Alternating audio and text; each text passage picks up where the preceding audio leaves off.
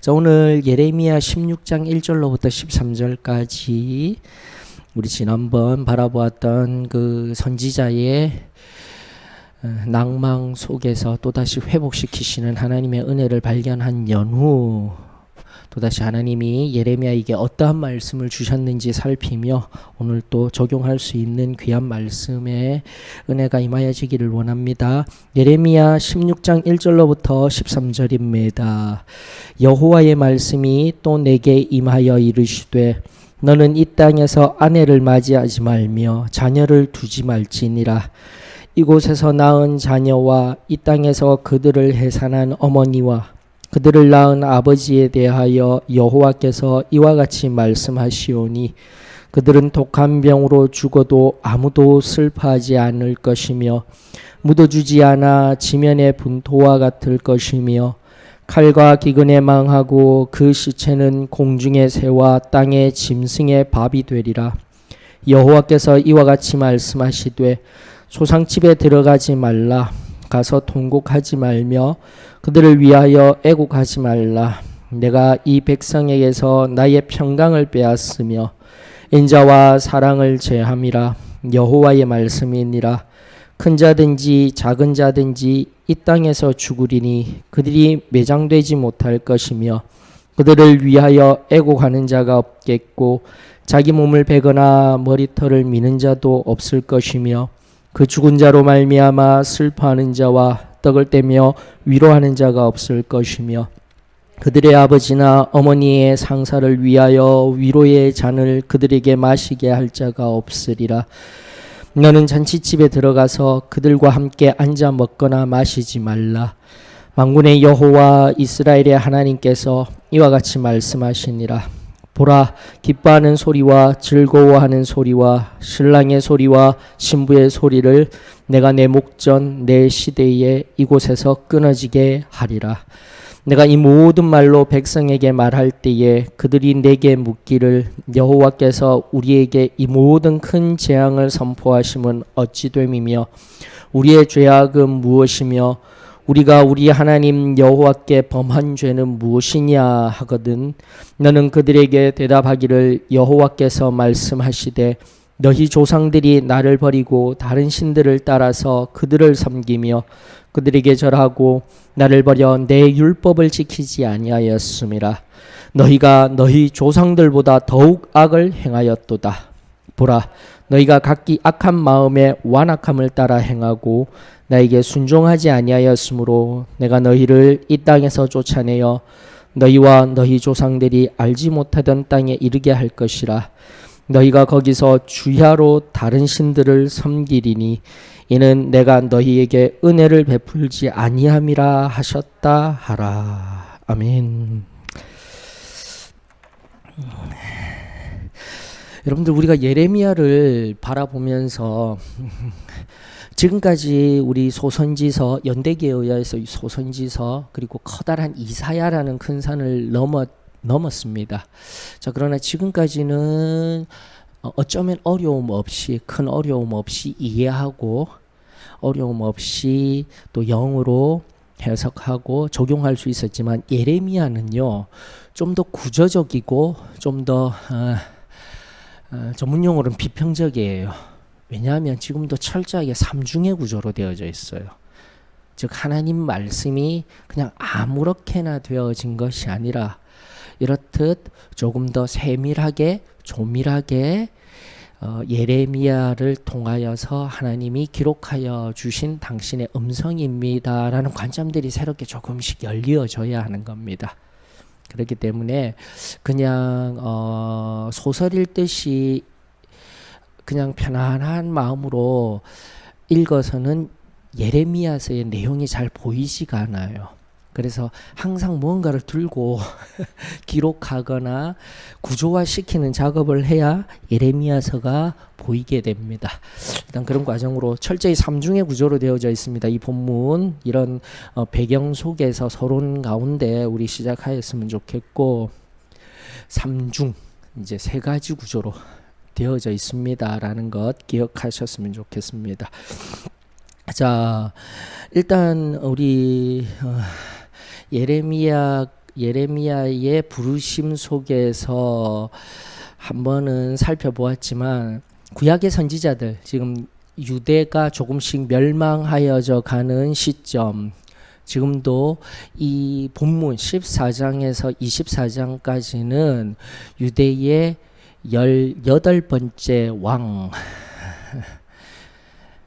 여호야킴 시대, 엘리야킴 시대, 그 시대를 살아가고 있으며 가장 또 마지막에 끝간데 없이 이 예레미야를 공격하는 왕이 등장한 시대의 이야기입니다. 그래서 앞서 제가 드린 바와 같이 시대를 왔다 갔다 하는 것, 여러분들 내어드린 자료를 통하여서 좀 더 보수적인 관점의 연대 비평, 역사 비평에 의하여서 바라보는 그 관점을 견지하면서 바라보셔야지 이해가 되어지게 됩니다. 자꾸 말씀드리지만 인간 중심의, 이성 중심의 성경을 바라보는 예레미야는 저기 뒤에 한참 뒤에 기록된 말씀으로 배경을 가지고 설명이 되어지고 해석이 되어지기 때문에 우리하고는 전혀 상관이 없어요 라고 할 수 있어야 합니다.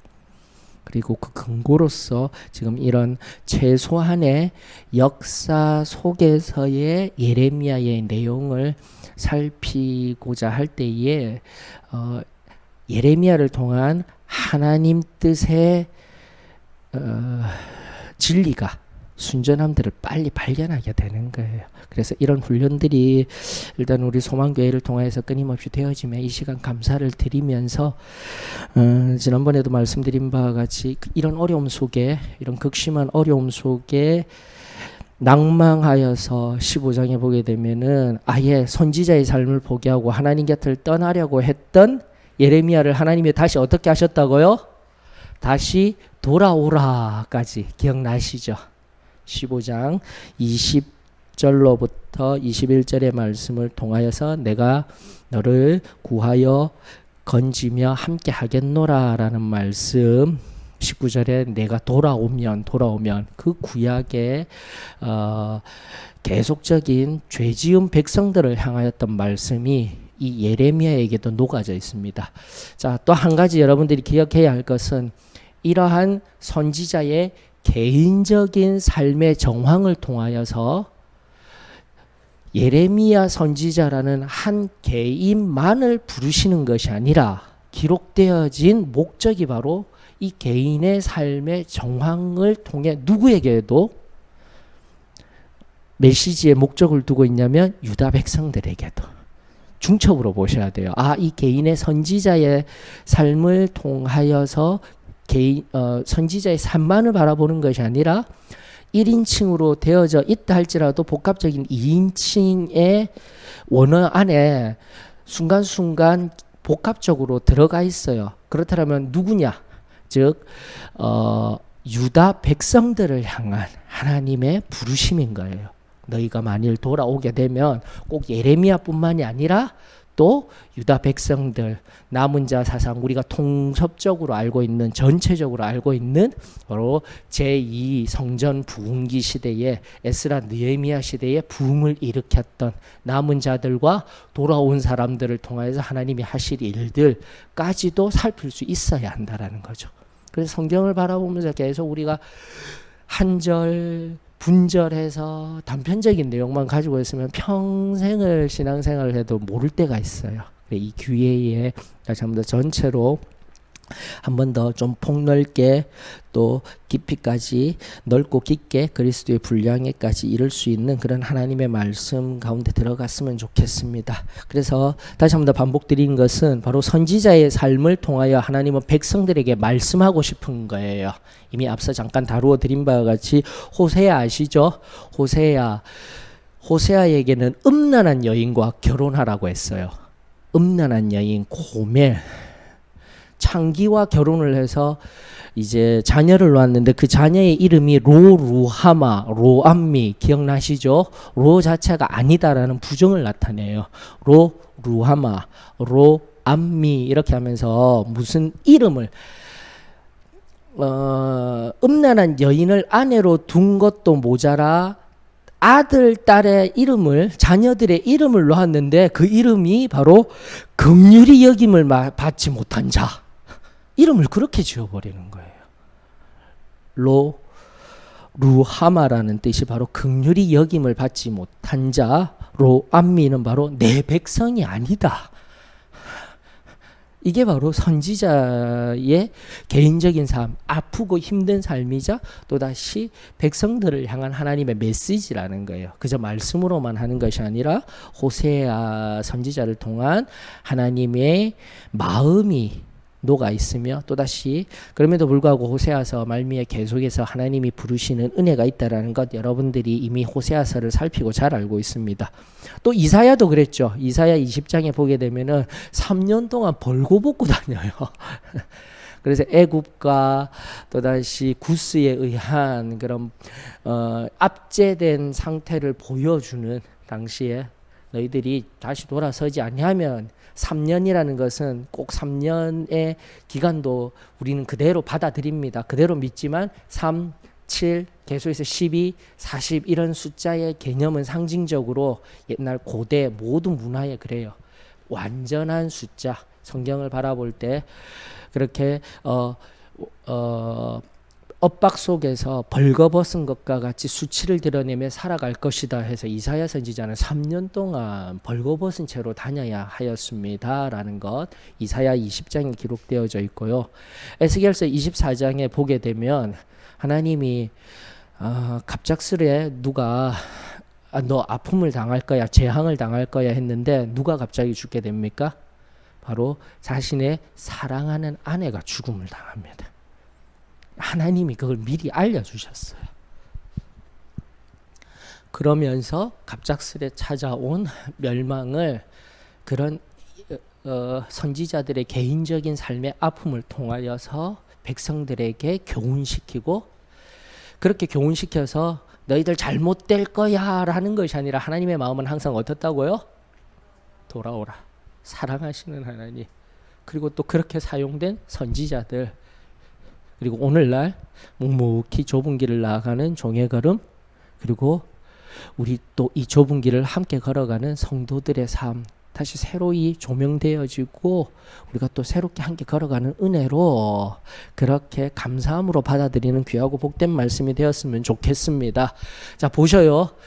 자 15장의 말씀의 흐름 속에서 돌아오라 해서 돌아왔어요. 예레미야가 다시 말씀 사역을 하지만 여러분들 말씀 사역을 해서 다시 돌아왔다가 하나님이 자 이제는 너 좀 편하게 사역할 수 있도록 해줄게. 그게 아니라는 거예요.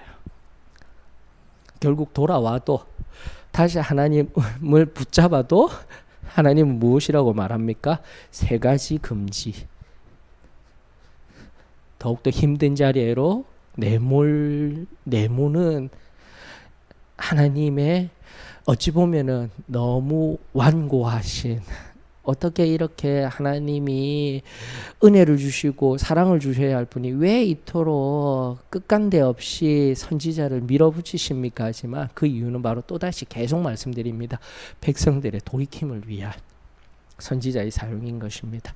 예레미야 선지자에게는 절망과도 같은 고대 시대의 절망과도 같은 금지가 주어지게 되는데 뭐죠? 결혼하지 말라는 겁니다. 첫 번째는 결혼하지 마. 두 번째는 장례식에 참여하지 마. 세 번째는 결혼식에 참여하지 마. 3중에 금지가 있는 거예요. 그리고 각 금지에 상실이 있고요. 그 금지로 인하여서 예레미야가 당할 상실, 물론 유다 백성들도 당해야 할 상실, 그로 인해서 모든 것이 잠시 멈춰버리는 것. 이 3가지 키워드로 좀 정리를 좀 했으면 좋겠습니다. 첫 번째 뭐라고 했죠? 금지입니다. 금지. 두 번째는요. 그러니까 3가지 키워드가 금지. 그 다음에 뭐라고요? 상실. 세 번째가 멈춤이라고 제가 이렇게 지금 다시 구조화시킨 거예요. 3가지. 금지, 상실, 멈춤. 이것을 성경 속에서 발견하실 수 있으셔야 합니다. 금지, 상실, 멈춤, 이 세 가지 키워드로 9절까지 분석을 좀 해보았으면 좋겠습니다. 첫 번째 뭡니까? 첫 번째는 결혼입니다. 결혼 금지 맞습니까? 결혼 금지. 두 번째는요. 5절로부터 등장하네요. 예, 장례식 방문 금지. 그 다음 세 번째는요. 8절에 등장합니다. 어디요? 잔치집이라고 되어져 있는데 9절과 연결되어진 거 보면은 뭐죠? 그렇죠. 결혼식 방문 금지 이유들이 이렇게 설명되어져 있는 구조로 되어져 있는 거예요. 그러면서 여러분들 눈으로 바라볼 수 있고요. 자, 결혼 금지를 통해서 예레미야에게 직접적으로 너 이제는 결혼하지 말고 평생 혼자 살아. 얼마나 외롭습니까? 그것도 50년 이상의 예언 사역을 하는데 결혼도 하지 말고 혼자서 가라는 거예요. 여러분들 예레미야가 눈물의 선지자, 백성을 위해서 온 것도 있지만 자기 삶이 너무 힘겨웠던 거예요. 그냥 구덩이에 빠지고 외부적인 타격, 물리적인 어려움, 상황 그것도 볼 수 있으셔야지만은 철저하게 외롭고 고된 삶을 살았어요.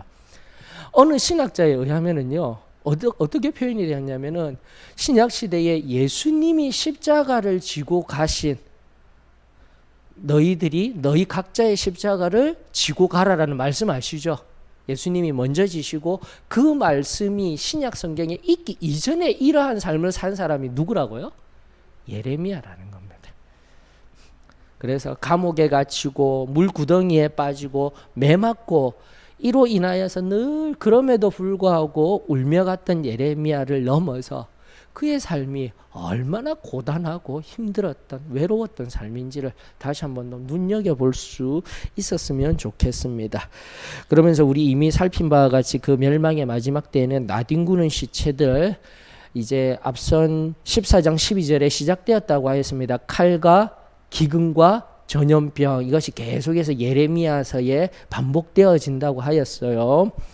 그러면서 이 시작된 무엇으로요? 전염병이 발생하기 시작하는 겁니다. 나뒹구는 시체들, 들개들이 뜯어먹는 그 상황 속에서 전염병으로 인하여서 결혼을 해도 남편과 아내들, 낳은 아이들 모두 죽게 될 것이다. 이 참담함들이 선포되어지고 있는 거예요. 그러면서 여러분들 상실은 무엇이냐면은 가정입니다. 가정의 상실을 경험하는 거예요. 가정, 특별히 사랑하는 아내, 특별히 구약 성경 속에서는 한 몸을 이루는 남편과 아내가 그토록 귀해요. 그리고 아내 또는 남편을 가질 수 없는, 함께 할 수 없는 내 반쪽으로서 온전히 하나됨을 경험하지 못하는 상실의 아픔이 있고 또 뭐요? 내 존재 자체가 끊임없이 계속되어지는 불멸한 존재가 아니기 때문에 누구를 통하여서요? 내 자녀를 통하여서 내 존재가 끊임없이 이어지는 그 사랑, 그 비밀들, 그 놀라운 것들도 다 상실의 아픔을 느끼게 된다라는 것입니다. 그러면서 무엇이 멈추어지느냐? 바로 생명이 멈추어지게 된다라는 겁니다. 이것이 바로 지금 처음에 금지, 상실, 멈춤이라는 키워드를 통하여서 말씀을 살피고 우리가 깨달아야 되는 거예요. 생명이 멈추어지는 자리로 들어갑니다라는 것을 첫 번째 결혼 금지를 통해서 우리가 깨달을 수 있게 되는 것이죠. 자, 두 번째 또 볼까요? 5절로부터 7절까지의 말씀을 통하여서 무엇이 상실이 되어집니까? 성경에 답이 있네요. 하나님으로 말미암은 평강 보이십니까? 인자, 사랑의 상실이 보입니다. 여러분들 찾으셨습니까? 그러면서 원래는 이런 한 사람이 죽임을 당한다라는 의미가 결국은 신약 시대의 예수님 당시의 유대인들에게도 이 죽음이라는 장례식을 통해서 죽음을 맞이하였을 때 평생의 삶에 하나님이 함께 하시며 이런 평강, 인자, 사랑이 베풀어진 삶이야 하면서 기억되어지고 또 나아가 어디까지 간다고요? 사두개인들에게는 바리새인들에게는 부활이 있다라고 표현되지만 사두개인들은 부활이 없다라고 다투는 자리에 있지만 우리는 지금 기독교인, 유대교를 넘어서 기독교를 살아갈 때 부활이 있습니까? 없습니까? 부활의 소망이 위로가 되어져야 돼요. 이 장래라는 죽음 앞에서. 기억과 위로가 어떻게 됐다고요? 멈추어 버린 거예요. 이걸 여러분들이 정말 중요하게 여겨야 되면 생명이 있고 존재가 되어졌다 할 때 존재라는 의미는 늘 기억되어져야 돼요. 기억하고도 싶지 않은 존재가 되고 싶지는 않으시죠, 여러분? 제발 남겨진 사람들에게 내가 정말 사랑하던 자였습니다. 위로하던 자였습니다. 베푸는 자였습니다. 이런 기억이 있어야지 그 사람 생각만 해도 떠올리기 싫어. 그것만큼 불쌍한 삶이 없는 거예요, 여러분. 근데 이것 자체가 지금 막혀버린 거예요. 이 마지막을 향해 나아가면서 이 본문을 이렇게 읽어낼 수 있어야 한다는 것이죠. 그러면서 제가 일단은 위로의 상실이 있게 되는 겁니다. 위로의 상실이 있으면서 어디까지요? 기억의 상실이 임하면서 끝간데 없는 아픔을 겪게 되는 유다의 모습입니다. 라는 깊은 영적 통찰을 가질 수 있기를 원합니다. 세 번째 뭐죠? 잔치집이라고 표현된 결혼식에 방문하게 되었을 때 무엇이 또 상실이 되어집니까? 이번에는 일단은 세 가지로 줄이려 하다가 그럼에도 불구하고 네 가지 가정, 아내, 남편 이렇게 해서 가정에 포함된 것이 되어지면 제가 어쨌든 조직신학을 전공했기 때문에 어쩔 수 없어요. 막 이런 거는 막 맞추고 싶은 충동을 느낍니다. 근데 성서신학자들이 그런 거 엄청 싫어해요. 그래서 그냥 그대로 흘려보내십시다. 무엇이 상실이 됩니까? 기쁨, 맞죠? 기쁨, 즐거움, 또요? 신랑, 신부인데 옆에 무엇이냐고 했냐면 여러분들 다 성경이 무엇으로 통합하여서 이 네 가지를 이야기하고 있냐면 소리입니다. 소리. 여러분들 소리가 상실되어졌습니다. 보이시죠? 예, 소리가 상실되어져. 소리 계속해서 소리 적막함이 도는 거예요. 결혼식에 축하가 일어나고 축가가 울려 퍼져야 되고 감사와 기쁨과 즐거움들이 흘러넘쳐야 되는데 결국 소리가 상실되어짐으로 말미암아 적막함으로 말미암은 상태가 되어졌습니다. 그러면서 영적인 교훈으로서 무엇이 멈추어져 버렸을까요? 결혼식이라고 해서 되어진 것이 아니라 좀 더 이 결혼식의 의미들은 종말론적으로 접근을 하셔야 됩니다. 신부된 우리는 항상 누구를 기다리고 있죠? 예, 그 결혼식의 영적인 의미까지 갈게 됐을 때 바로 예배가 멈추어져 버린 상태를 의미하는 거예요. 굉장히 중요합니다. 생명이 여기서 생명이라면 영적인 부분도 다 포함되는 거예요. 실제적인 생명도 멈추어져 버렸지만 영적인 생명, 재생산이라고 표현할 수 있는 죄인이 구원을 받는 그 놀라운 은혜도 멈추어져 버렸어요. 존재 자체도 기억되지 아니하는 그 평생의 위로조차도 사라져 버렸어요. 멈추어져 버렸어요. 또 무엇이요? 예배 드리는 것들. 하나님 앞에 감사하고 적막함만이 감돌며 예배 드릴 때에 기도 소리가 들려야 합니다. 찬양 소리가 들려야 합니다. 말씀의 선포 소리가 들려야 되는데 적막함으로 말미암아 예배가 끊어져 버렸어요. 자, 이것이 중요합니다라며 이야기하면서 10절로부터 12절까지 또 3중으로 10절에서 이제 백성들이 조금은 정신을 차린 것 같아요. 그러면서 이 말씀을 통하여서 예레미야 개인에게 주는 삶의 정황뿐만이 아니라 이렇듯 가지 마라, 결혼 금지, 장례식 방문하지 마라, 결혼식 방문하지 마라 하면서 이런 영적인 것까지 다 끌어올린 유다의 상황을 바라보았을 때 유다 백성들이 또 3중으로 질문을 합니다. 뭐라고 질문을 하죠? 10절에 이 모든 큰 죄악을 선포하심은 어찌 됨이며, 첫 번째 나왔죠. 두 번째는요, 우리의 죄악은 무엇이며 우리가 우리 하나님 여호와께 범한 죄는 무엇입니까? 따지고 있는 거예요. 또다시 하나님 앞에. 죄를 깨달은 것 같으나 또다시 결코 깨닫고 회개하기 위한 질문이 아니라 다시금 또다시 따지고 있는 거예요. 또다시 도대체 우리가 무슨 죄 지었느냐, 우리의 죄악이 무엇이냐, 도대체 왜 우리가 이런 심판을 받아야 하느냐라는 질문을 하였을 때 삼중으로 대답된 답을 여러분들이 찾을 수 있는 거예요. 제가 이미 서론으로 말씀드린 바와 같이 11, 12절에 삼중으로 된 대답 찾아보십시다. 첫 번째 11절에서는 무엇이죠? 너희 조상들이 바로 우상 섬기면서 나를 버렸다라는 거예요. 이게 예레미야가 끊임없이 이야기하고 있는, 지금 유다 백성들이 멸망을 당하는 이유 첫 번째입니다. 다시 제가 성경 안 돌아가도요, 지금 5장에도 등장하였고 1장에도 등장하고 계속 반복하고 있는 거예요. 이유는, 첫 번째 이유는 너희 조상들이, 원래는 나와 언약을 맺은 이스라엘 백성들이 하나님을 잘 섬겨야 되는데 우상을 숭배하였다. 두 번째는 뭐예요? 12절에 그런데 더욱더 보이시죠? 12절에 보게 되면은 너희가 너희 조상들보다 더욱 악을 행하였다. 이것이 가장 큰 두 가지 이유입니다.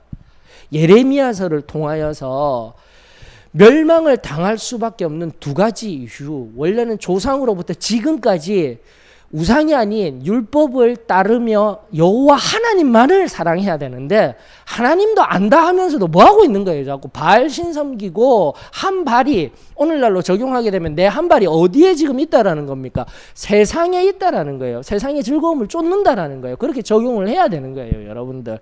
그러면서 점점 더 앞선 세대, 그리고 내가 처음 은혜 받았을 때보다 지금 더욱 더 내가 순전해져야 할 텐데, 하나님과 더 깊은 관계에, 더 장성한 분량에 나아가 더 하나님을 사랑하는 자리에 있어야 할 텐데 나는 지금 더욱더 어떻다고요?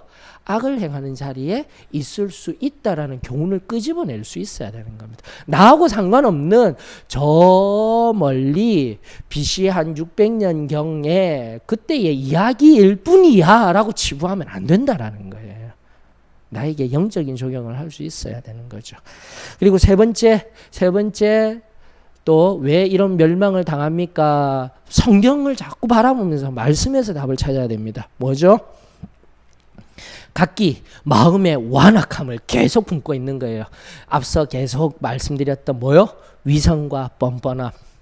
위선은 죄가 발견되어질 듯 말랑한 자리에서요, 결국은 자신의 죄를 계속해서 가리고 위선적인 행동을 취하다가 죄가 드러났음에도 불구하고 어떠한 모습요? 뻔뻔한 모습을 보이는 그 완악함에 계속 됨으로 말미암아 그러므로라는 말이 15절에 등장하면서 13절이 바로 결론을 맺을 때 이 세 개가 다 드러나는 거예요. 13절에 눈으로 찾으실 수 있어야 되는 거예요. 결론도 삼중의 구조로 되어져 있는 거예요. 13절 찾으셨습니까? 첫 번째는 무엇입니까? 그러므로 이러한 결과, 심판의 징계의 결과가 임할 것이니, 첫 번째 뭐요? 이 땅에서 쫓겨나리라는 거예요. 이 땅에서 쫓겨나서 원래 예루살렘 성전 가운데 하나님이 적각 구르는 흐르는 땅으로 생명으로 주셨던 그것들이 다 없어지게 된다라는 거죠. 쫓겨납니다. 두 번째는 또 뭡니까? 말씀을 통해서 찾으십시오. 너희와 너희 조상들이 알지 못하던 땅에 이르게 될 것이다. 바벨론 포로에 거하게 되면서 위로가 없어요. 내 존재는 기억됨이 없어요. 포로된 자리에서 나를 잃어버린 정체성 없는 자리, 디아스포라 유대인으로 전락하게 되면서 예수님 당시의 시대 배경을 예레미야를 통해서 찾을 수 있어야 한다는 거죠. 세 번째 무엇입니까? 그렇죠. 너희가 거기서 주야로 다른 신들을 섬기는 것. 예배가 부서지고 하나님을 섬기지 못하고 하나님을 바라보지 못하는 것들이 이렇게 구조가 되어져 있는 겁니다. 다시 한번 더 부족한 종을 통하여서 하나하나 살피면서 오늘 우리 자신을 뒤돌아보아야 하는 거예요. 자, 그러면서 최종적인 이 말씀의 결론은 무엇입니까? 무엇이 멈추었습니까? 지금 제가 멈춘 거 생명, 위로, 예배라고 했지만 최종적으로 멈추어 버린 것은 무엇이죠? 하나님으로 말미암은 은혜가 멈추어져 버린 거예요. 성경이 바로 이렇게 이야기하고 있었습니다. 우리들에게. 바로 이 모든 것들, 생명 그리고 실존의 자리에서, 현존의 자리에서 기억되어지고 위로함을 받는 것도 다 멈추어져 버리고 예배도 멈추어져 버린 이유는, 궁극적인 이유는 무엇이라고요? 하나님의 은혜가 멈추어져 버렸기 때문이다라는 것을 찾아야 돼요. 하나님의 은혜 없이는 우리는 살아갈 수 없습니다라는 것 또한 오늘의 말씀을 통하여서 우리가 발견할 수 있는 거예요. 그러면서 철저하게 삼중의 구조로 이 예레미야 16장 1절로부터 13절을 구조화해서 바라보시며 또 우리 성결신앙의 입장에서 해석하여 또 우리 삶의 적용거리들을 풍성하게 찾으며 나아갈 때에 오늘도 하나님이 말씀하여 주시고 우리를 인도하여 주시는 은혜가 있을 것입니다. 자, 결론의 말씀으로 가십시다. 바이러스에 의한 격리로 영혼의 적막함과 힘겨움 속에서요, 우리가 예배드리는 것도 힘들어하고 있습니다. 생명과도 같았던 기도 때에서 기도할 수도 없어요. 정말 사도의 신앙교회 성도들은 기도를 해야 되거든요. 말씀이 부족하고 이런 세밀함들, 조직화된 것들이 교리의 영역에 있어서 부족한 것이기 때문에 일단 부족한 제가 조금씩 만들어가고 다음 세대들과 함께 만들어 나가야 되는 거예요. 부차적인 거예요. 2차적인 거예요. 그러나 반드시 우리에게 필요한 것은 일반 성도도 마찬가지고 기독교 교리 안에서도 마찬가지입니다. 기도해야 합니다. 여러분들.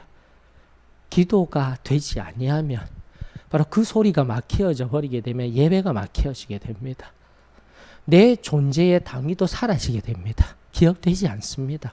하나님 앞에서 끊임없이 기도함으로 하나님과 연결되어진 그 은혜의 깊은 자리에 들어가야 내 존재의 정체성을 명확하게 알 수 있어요. 그리고 무엇까지요? 생명으로, 이거 원인론적으로 다시 한 번 더 말씀드린 겁니다. 여러분들에게.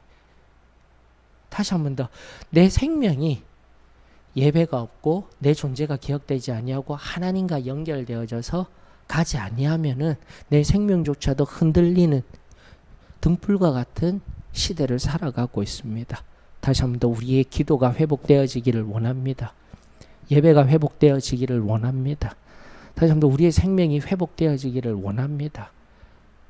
이 바람들이 다시 한 번 더 기도 때에서 우리는 반드시 기도해야 합니다. 기도해야 할 존재입니다. 기억하면서 어떤 기도를 드려야 될까요?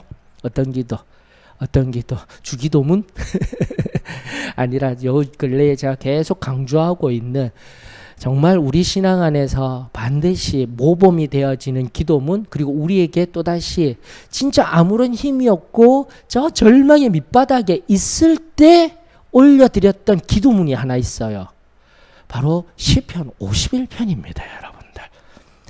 다윗이 밧세바를 범한 이후에 나단 선지자에게 공개적인 책망을 받았을 때 바로 그냥 그 안에서 공식적인 자리에서 옷을 찢으며 했던 그냥 역사 속의 서술로 끝난 것이 아니라 그 이후에 정직하게 기도했던 기도의 내용이 바로 시편 51편이에요. 우리들에게 너무나도 소중해요. 이건 달달달달 정말 내 마음속에 새기고 있어야 돼요. 오늘 마지막 찬송에 그 가사가 녹아져 있는 시편 51편 반드시 우리 소망교회 성도, 나아가 사도의 신앙교회 성도들은 이 기도문을 반드시 알고 있어야 되고, 이 기도문의 원리에 의하여서 계속적으로 정결한 마음을 달라고 성결의 신앙을 끊임없이 회복하여서 구원의 기쁨을 지금도 누려야 되는 거예요. 기쁨의 소리가 내가 하나님 앞에 존재되어짐을 기억해야 되고 생명이 끊임없이 일어나야 되는 것, 이 기도가 올려져야 합니다.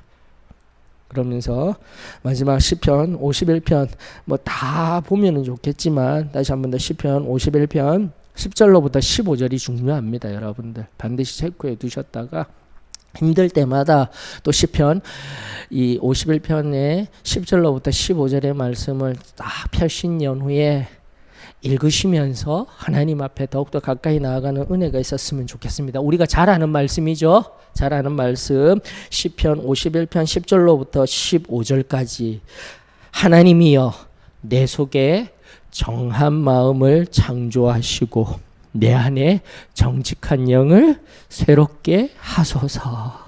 정직한 영이 임하여 내 안에 상태를 그대로 드러내야 돼요. 가리우면 안 됩니다. 있는 그대로 하나님 앞에 정직한 영에 의하여서, 즉 성령에 의하여서 내가 하는 것이 아니라 하나님의 영에 의하여서 하나님 앞에 기도해야 되는 거예요. 기도해야 되는 거예요. 그렇게 새롭게 되어질 때에 나를 주님 앞에서 쫓아내지 마시며 주의 성령을 내게 거두지 마옵소서. 주의 구원의 즐거움을 내게 회복시켜 주시고 자원하는 심령을 주사 나를 붙드소서. 다시 한 번 더 성결이 임하여서 끊임없이 하나님 앞에 자원하여 예배를 드리고 행할 수 있는 자가 됩니다. 그리하면 내가 범죄자에게 주의 도를 가르치리니 죄인들이 주께 돌아오리이다. 전도하는 자가 되는 거예요. 예배, 양육, 교제, 구제, 전도하는 이것이 그냥 하나의 선으로 흘러가는 것이 아니라 다시 한번 더 순환적인 구조 속에서요. 끊임없이 내가 은혜 받으면 다시 한번 더 세상에 누군가에게 이 은혜를 전하는 자가 되는 거예요. 내가 은혜 받은 걸로 끝나는 것이 아니라 내 삶을 통하여서 아직도 예수님을 모르는 그 누군가에게 삶으로 끊임없이 나타내주는 구조예요. 이 기도가 계속 나와야죠. 그리고 실제 삶으로 나타내야 되는 거예요. 다시 한 번 더 누군가가 돌아올 수 있도록 끊임없이 기도하며 내 삶을 내어드려야 합니다. 다 녹아져 있어요. 이 말씀 속에. 그러면서 14절 하나님이여 나의 구원의 하나님이여 피 흘린 죄에서 나를 건지소서. 내 혀가 주의 의를 높이 노래하리이다. 주여 내 입술을 열어주셔서 내 입이 주를 찬송하여 전파하리이다. 얼마나 귀한 말씀입니까? 그저 내 죄 그리고 내가 만족하는 영혼의 체험으로 끝나는 것이 아니라 다시 한 번 더 주님을 높여드리며 찬송하며 예배의 참된 회복과 함께 세상을 향하여서 죽어가는 한 영혼을 향해 천하보다도 귀한 한 영혼을 향한 내 걸음을 인도하게 하는 이 놀라운 말, 놀라운 기도문, 오늘 저와 여러분들의 기도문이 되어지기를 원하며 예레미야 16장과 연결하여서 반드시 하나님의 은혜가 멈춘 것과 같은 시대 앞에 그리고 나의 개인의 삶 그리고 교회 공동체의 상황 앞에 바로 이러한 놀라운 기도로 우리 기도의 문을 통과하여 하나님의 선하신 뜻을 이루어 드리는 저와 여러분, 하나님이 기뻐하시는 시대의 귀한 교회로 우리 우뚝 설 수 있는 저와 여러분들이 되십시다.